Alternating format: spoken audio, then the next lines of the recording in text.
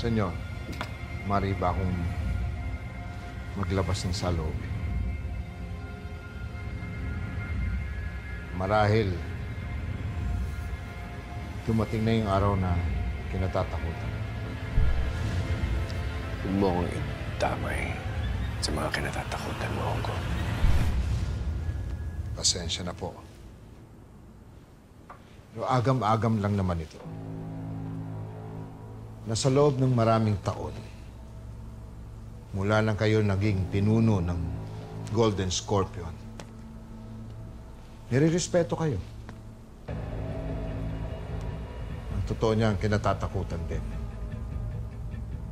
Pero lahat naman po, sumusunod sa utos niyo. At ang mga leader ng ibang sindikato, inaabangan ang bawat salita niyo. Pero, senyor, paano pag nawala na ang lahat?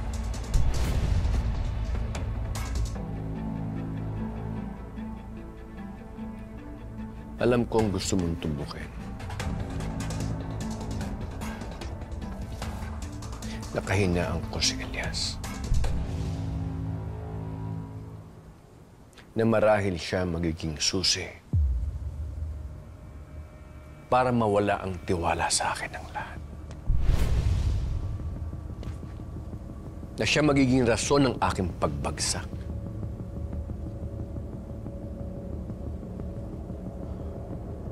Senyor, inihabilin kayo sa akin ng inyong ama. Kaya poprotektahan kita hanggang sa abot ng aking makakaya. Nasa sa inyo ang aking katapatan, magpahanggang ngayon.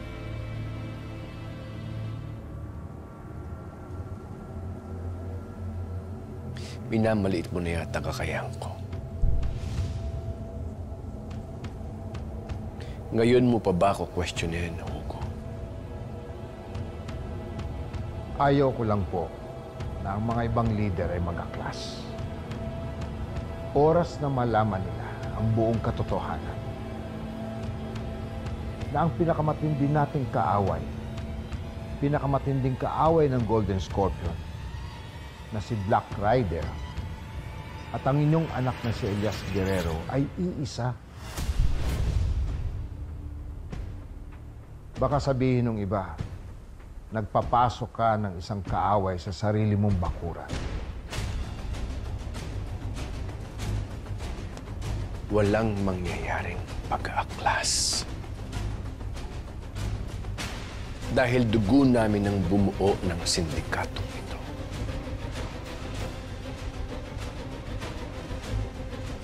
Ako pa rin ang pinuno. At habang buhay ako, lahat sila, lahat kayo ay susunod sa gusto ko. Ako pa rin ang magdidesisyon sa bawat galaw ng grupong ito.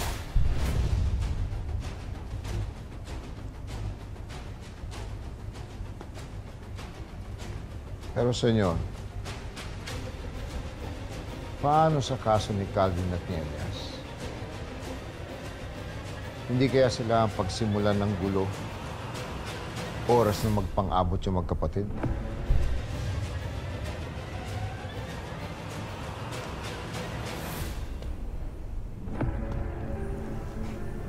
Ako ang ama ng dalawa.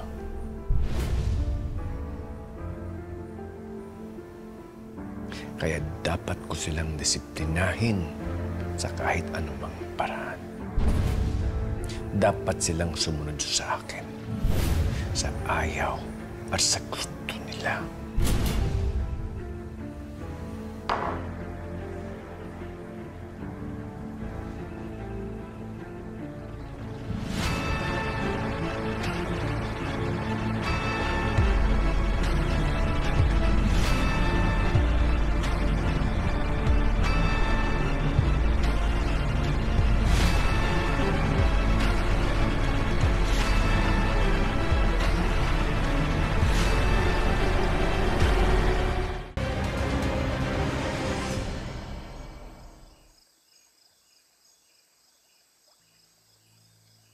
Senyor, sa pagkakabanggit nyo kay Elias kung saan tayo pwedeng matagpuan, sakaling gumanti siya, hindi kaya tayo malagay sa alanganin.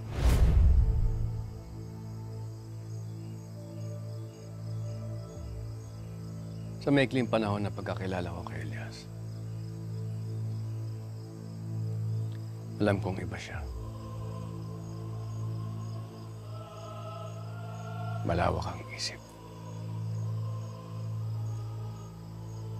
Mabuting tao. Kaya't alam kong magkakaayos pa kami ng anak.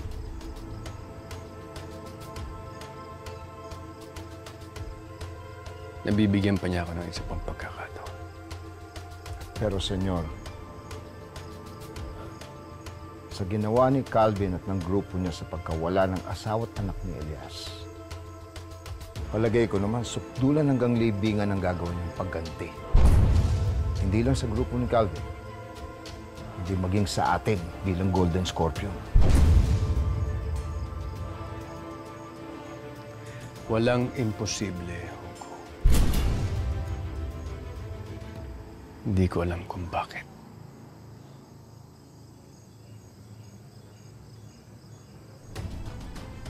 Pero napapalapit na ang loob ko kay Elias.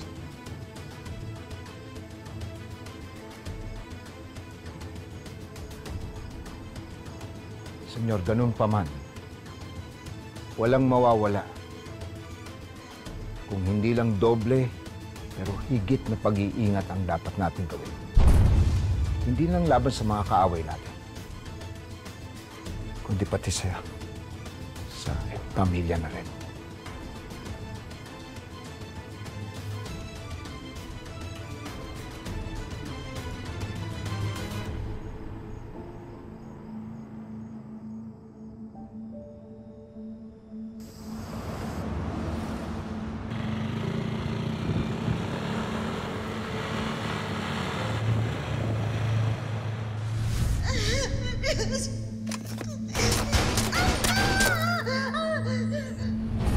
Wala nang gagalaw kay Elias! Sa ayaw at sa gusto mo, mamamatay na ngayon si Elias. Sinabi ko nang wala nang gagalaw kay Elias! Sir Carlos, anong ginagawa niya rito? Anak, tama na! Anak, hindi pwede. Tama na, hindi na ito pwede. Ito na yung pagkakataon ko para ipagiganti yung pamilya ko eh. Bakit ba ayaw mo umayagan? Anak, hindi pwede. Hindi mo pwede patayin si Calvin. Bakit hindi?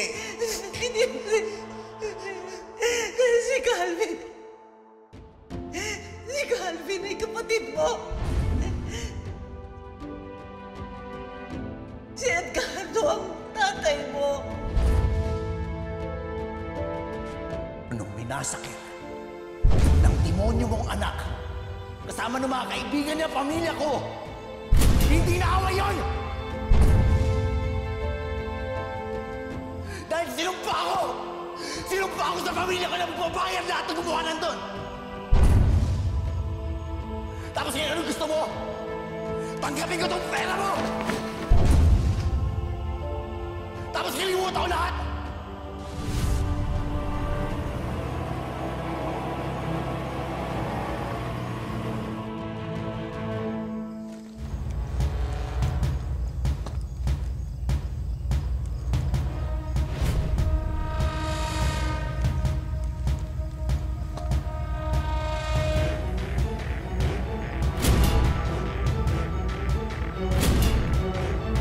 Hayaan nyo mag-usap kami.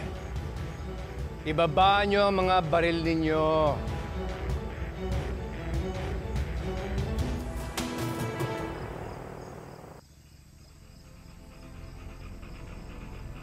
Hindi mo ako matitiis, Elias. Welcome ka sa bahay ko. Hindi magtatagal ay ituturi mong bahay mo na rin ito.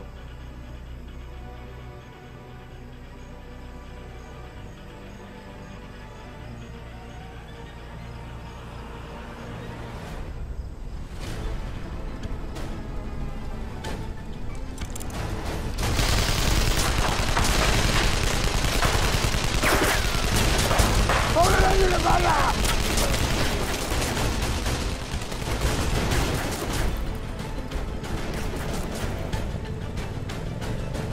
Ilyas! Raidor ka rin pala! Katulad ka ng pala namin! Paspasaul ka lang!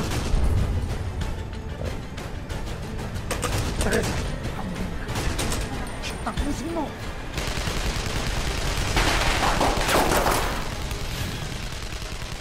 Akong bahala kay senyor. Habulin ni Elias!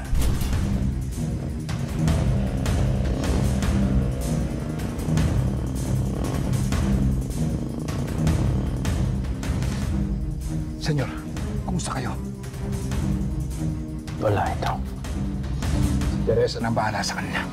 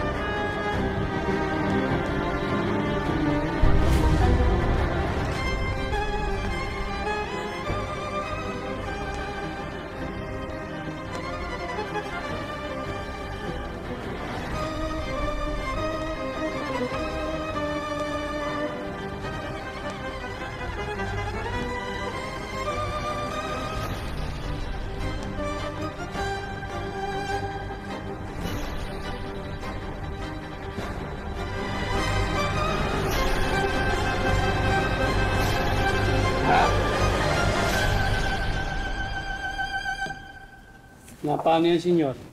Na-aksidente ka ba? Yata nabalitaan yan. Mukhang napuruan ka, senyor, ah.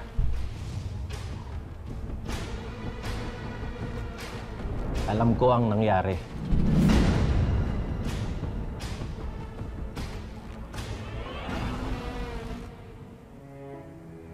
Nabaril siya ni Black Rider. Ano?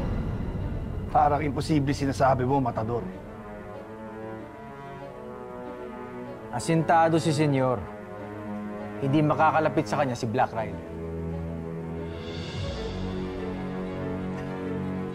Ano silbi nito? Sa dinami-dami ng tauhan mo.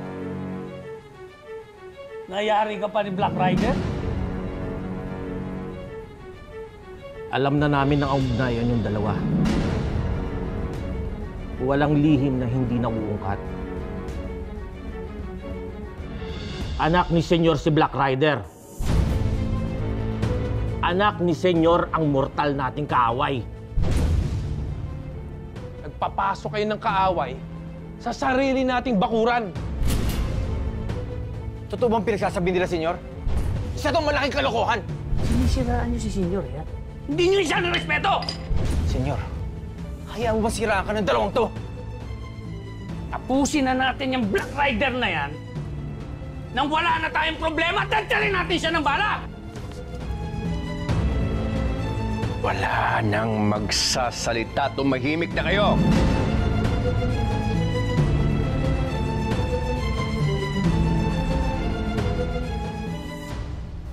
Upo.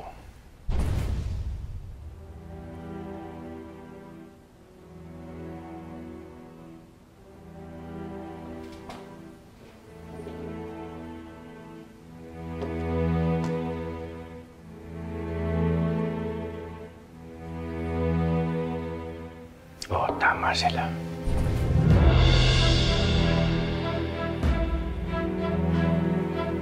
Anak ko nga, si Black Rider.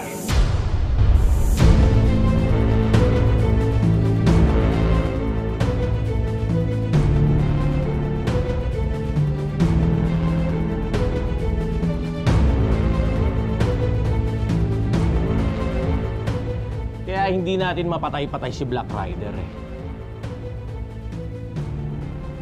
Diba? Kung ibang tao lang yon, matagal na yun nakabaon sa lupa. Pero dahil anak mo nga siya, marami kang pagkakataon na binibigay sa kanya.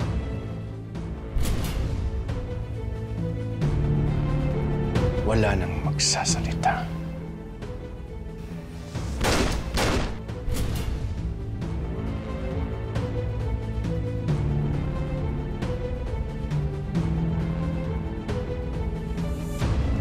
Anak ko nga ang pinakamatindi nating kaaway!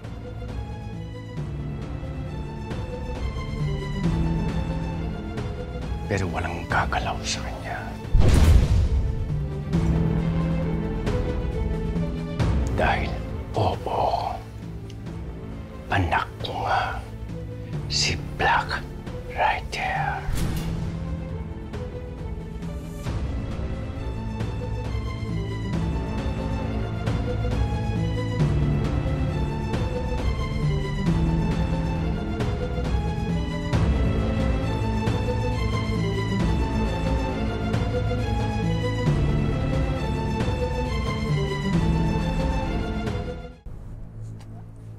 Kalokohan ba to, senyor? Ha? Butal natin kaaway si Black Rider. Ang dapat sa kanya mamatay. Marami na siyang pinatay sa mga tauhan natin. Mga taong sumumpa na katapatan sa inyo, senyor.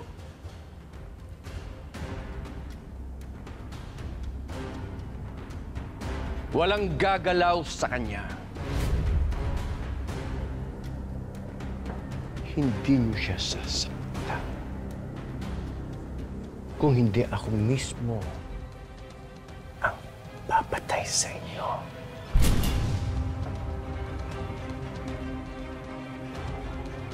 At huwag niyo nang questionin ang mga desisyon. Dahil alam ko ang ginagawa ko.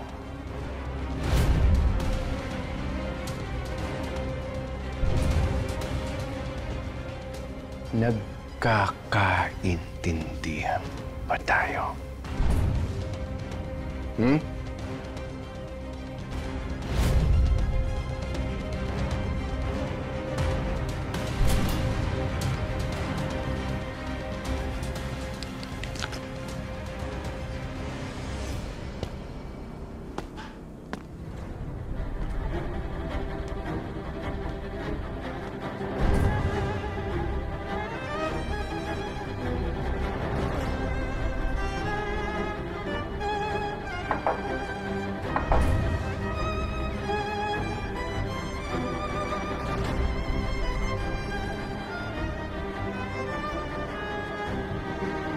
Mababaliw na talaga to si senyor.